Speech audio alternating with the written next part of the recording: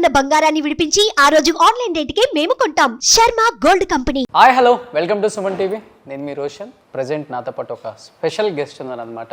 Is none other than Raj Kumar గారు. Hello Raj Kumar గారు, నమస్తే. నమస్తే నమస్తే. అంటే ఒక స్టార్గా ఎదిగారు బిగ్ స్క్రీన్ మీద. చెప్పాలంటే థియేటర్లలో మీ సినిమాలు చూసి ఆర్టిస్టులు అయిన వాళ్ళు కూడా ఉండుంటారు.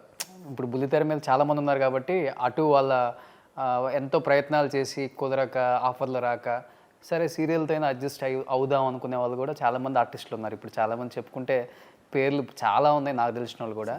బట్ మీరంటే అంత వైభోగం చూసి ఒక్కసారిగా బుల్లితెర అంటే ఇక్కడ అంతా హాస్పిటాలిటీ డిఫరెంట్గా ఉంటుంది, యూనిట్లు చిన్నగానే ఉంటాయి, క్యారివాన్లు ఉండవు, చెట్ల కింద కూడా కూర్చోవాలి, ఫుడ్ అలానే ఉంటుంది, కెమెరాలు అలానే ఉంటాయి, ఆర్టిస్టులు అలానే ఉంటారు, టెక్నీషియన్స్ అలానే ఉంటారు, అడ్జస్ట్ అవుతూ ఉండాలి.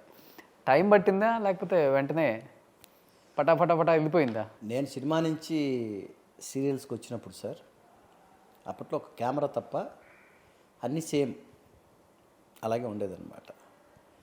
ఇంకొక విషయం ఏంటంటే ఈ మధ్యన ఆ కెమెరాలు కూడా సినిమా కెమెరాలే అంటే అప్పుడు మీరు తీసిన సీరియల్స్ ఫస్ట్లో తీసినవి బ్యానర్స్ పెద్దవి, ఈటీవీ వాళ్ళు, ఈటీవీ, తర్వాత ఇక్కడ చెన్నైలో ఉన్న టాప్ నేను బాలాజీ టెలిఫిలిమ్స్, నేను చెప్తున్నాను రాడాన్ మీడియా, బాలాజీ టెలిఫిలిమ్స్, తర్వాత Hansa vision, vista vision, AVM productions, ఇంకా ఒకటేంటి సార్, ఇంకా నేను చేయని బ్యానర్ అంటూ లేదు ఇక్కడ. అదే యూటీవీ, అటు బాంబే బ్యానర్స్ చేసాము, ఇటు south Indian all top banners చేసాం. ఇప్పుడు ఒక సినిమా, ఒక సీరియల్ హీరో చేసినది కూడా ప్రొడక్షన్ స్టార్ట్ చేశారు సార్. అప్పట్లో నేను ఇక్కడ ఉండి చెన్నైలో ఉండి ప్రతి సీరియల్ హిట్ ఇచ్చిన, నేను చేసిన సీరియల్స్ అన్ని హిట్ సార్. ఇక్కడ నేను చెన్నైలో చేసినవన్నీ, నేను చేసిన బాలాజీ టెలిఫిలిమ్స్ సీరియల్స్ అన్నీ హిట్ అయినాయి. అసలు ఒక్కటి కాదు, నేను చెన్నైలో ఉండి అన్ని హిట్లు ఇచ్చాను. సో తర్వాత నన్ను హైదరాబాద్లో కూడా నన్ను పిలవండి అని నేను ఏ రోజు అడగలే. నన్ను తీసుకెళ్ళారు, నన్ను కావాలనుకున్న వాళ్ళు తీసుకెళ్ళారు నన్ను. ఈటీవీ నన్ను మొదటి నుంచి ఆదరిస్తూనే వచ్చింది. మొదటి నుంచి నన్ను అసలు టీవీ ఇండస్ట్రీలోకి ఒక రకంగా తీసుకొచ్చిందే ఈటీవీ వాళ్ళు. అవును. తర్వాత అసలు టీవీలోకి వెళ్తే నువ్వు స్టార్ అవుతావు అని చెప్పింది నాకు చలపతిరావు గారు. నిజంగా ఆయనకి ఈ సందర్భంగా అప్పుడు ఏంటంటే వాళ్ళకి అటు సినిమాలు ఇటు సీరియళ్ళు రెండు జరుగుతుంటాయి కాబట్టి అటు ప్రొడక్షన్ ఫుడ్ ఇటు వచ్చేస్తుంది కూడా ఈటీవీ వాళ్ళది కూడా. కానీ ఇప్పుడు ప్రొడక్షన్లు అన్నీ అవి కాదు కదా మీరు చేసే. ఇప్పుడు ప్రొడక్షన్లకి కంపేర్ చేస్తే అప్పటికి ఇప్పటికి నక్కకి నాగలోకి అనుకున్న తేడా ఉంది. అట్లాగేం లేదండి, అన్నీ ఒకటే. సమయాన్ని బట్టి కొంచెం ఏదో మార్పులు చేర్పులు ఏదో అవుతుంటాయి కానీ అంతా ఒకటే అండి. ఇంకా కొన్ని ఏంటంటే మనము ఆ సిచ్యువేషన్ బట్టి అడ్జస్ట్ అయిపోతూ వెళ్ళిపోతూ ఉండాలండి. మనకు అది లేదా ఇది లేదా అని మనం మాట్లాడామనుకోండి, అది కూడా ఉండదు. అందుకని మనం ఏం అడగాలో ముందే మాట్లాడుకోవాలి సార్. నేను ఇది చేస్తున్నాను, ఇది ఒప్పుకున్నాను, ఇదంటే వాళ్ళు నా ఇష్టాలని వాళ్ళు ఒప్పందం చేసుకున్న తర్వాత నన్ను పెట్టుకుంటారు. అది మనం డే 1 నుంచి అదే ఫాలో అవుతాం మనం. ఇప్పుడు నేను ఉన్నానంటే నా ఇది కొన్ని ఉంటాయి సార్, అవి స్టార్టింగ్లోనే మాట్లాడుకుంటాను, అది అలాగే ఫాలో చేస్తాను లాస్ట్ వరకు. ఓకే. సో అది వాళ్ళు ఒప్పుకున్న తర్వాత నన్ను పెట్టుకుంటారు వాళ్ళు. అంటే ఈ అడ్జస్ట్ అవ్వటం అనేది చిన్నప్పటి నుంచి అలవాట? ఎందుకంటే లక్షల చెక్కులు తీసుకొని లక్షలతో బతకటం చూశారు. సీరియల్స్కి వచ్చిన తర్వాత చిన్న చెక్కులు, వేల రూపాయల చెక్కులు అందుకొని 1000 రూపాయలతో అడ్జస్ట్ అవ్వ చూసాం, ఇది చూసాం, అది చూసాం, ఇది చూసాం. ఓకే. అందుకే చెప్తున్నాను కదా సార్, సినిమా అనేది సినిమా కథ వేరు, సీరియల్ అనేది సీరియల్ కథ వేరు. ఇంకా అంతే. కాకపోతే ఏంటంటే ఇక్కడ ఒక ఆర్టిస్ట్కి తృప్తి. డబ్బు పరంగా ఆలోచిస్తే మీరు సినిమాకి దీనికి అసలు కంపారిజనే లేదండి. అంటే కొంతమంది ఆర్టిస్టులు ఉంటారు, ఒక టైం వచ్చేసరికి, ఒక దశ వచ్చేసరికి మనం ఎన్నాళ్ళు ఉంటామో తెలియదు, డబ్బే మెయిన్ అనుకొని ఏదంటే అది ఒప్పుకొని సినిమాలు చేసేవాళ్ళు, సీరియల్ అంటే వాట్ ఎవర్ ఇట్ మేబీ చేసిన వాళ్ళు ఉంటారు. అంటే మీరు ఎలాంటి మైండ్ సెట్? డబ్బే నాకు ప్రాధాన్యత, డబ్బు కోసం ఏదైనా చేస్తా, ఎలాంటి రోల్ అయినా ఓకే అని వెళ్ళిపోయారా? నేను ఎప్పుడు అలా చేయలే.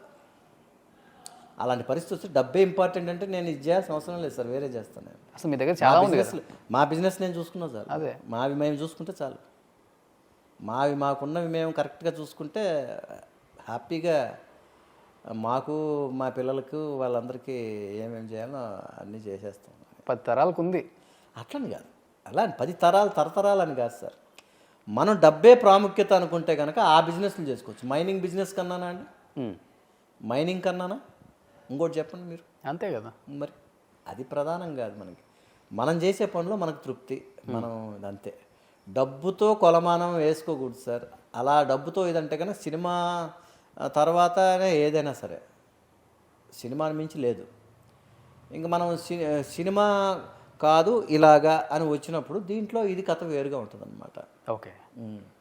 డబ్బే అనుకున్న రోజు మాత్రం నేను ఇక్కడ ఉండను సార్, నేను వేరే చేసుకుంటాను సార్. మీ టైంలో ఉన్న ఆర్టిస్టులు ఎందుకంటే ఆ డబ్బు ఎలా వస్తుంది, ఎంత కష్టపడితే వచ్చిందో తెలుసు కాబట్టి ప్రొడక్షన్ మటుకు చేయరు.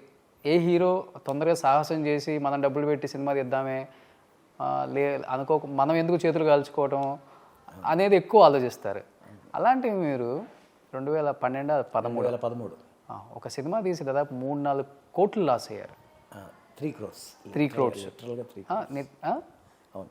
ఆ పెయిన్ పక్కన పెడితే ఆర్థికంగా ఏమైనా ఇబ్బందులు పడ్డారా? అంతవరకు సంపాదించింది ఒక్కసారిగా ఒక సినిమాతో మటాష్ 30 సంవత్సరాలు అంటే డబ్బు 3 కోట్లు అంటే ఆ రోజుల్లో 2013లో నేను అప్పట్లో ఇక్కడ చెన్నైలో ల్యాండ్ కొనేసి ఉంటే కనుక ఈరోజు అది ఆటోమేటిక్గా ఈ 10 సంవత్సరాలు 30 కోట్లు అయిపోయింది అది మినిమం.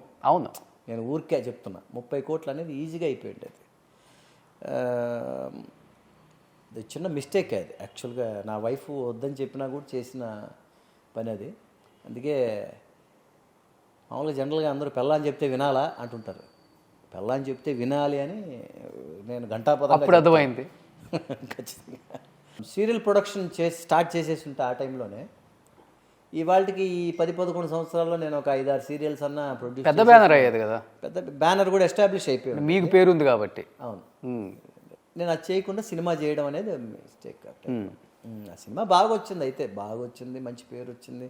సినిమా మనం ఎక్కడ కూడా కాంప్రమైజ్ అవ్వకుండా రిలీజ్ చేసాం మొత్తం. అప్పుడు కంబైన్డ్ స్టేట్, అప్పుడు ఆంధ్ర, తెలంగాణ, సీడెడ్ మొత్తం 3 ఏరియాల్లో మంచి డిస్ట్రిబ్యూటర్స్ కూడా మనకి, అరే మన కుర్రోడు, మన హీరో, మన రాజ్ కుమార్ సినిమా చేసుకుంటున్నాడు ఫస్ట్ టైం అని చెప్పి అందరూ అన్ని వాళ్ళు నన్ను ఎంకరేజ్ చేశారు.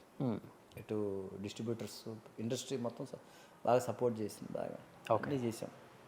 నేను కూడా ఎక్కడ కాంప్రమైజ్ అవ్వకుండా పబ్లిసిటీ కానివ్వండి, అటు థియేటర్స్ కానివ్వండి, సినిమాని సినిమా పద్ధతిగా మనం ప్రాసెస్ ఏంటని ఆ ప్రొసీజర్ ప్రకారం చేసాం మనం. ఓకే. ఇంకా తర్వాత మనకు డబ్బులు వచ్చినాయా పోయినాయా, సినిమా ఆర్టిస్ట్గా నాకు మంచి పేరు వచ్చింది. కొన్ని కారణాల వల్ల ఆ టైంలో కొంచెం సినిమా డిస్టర్బ్ అయింది కొంచెం. సుమన్ టీవీలో మీ పర్సనల్ అండ్ బిజినెస్ ప్రమోషన్స్ కోసం కింది నెంబర్కి కాంటాక్ట్ చేయండి.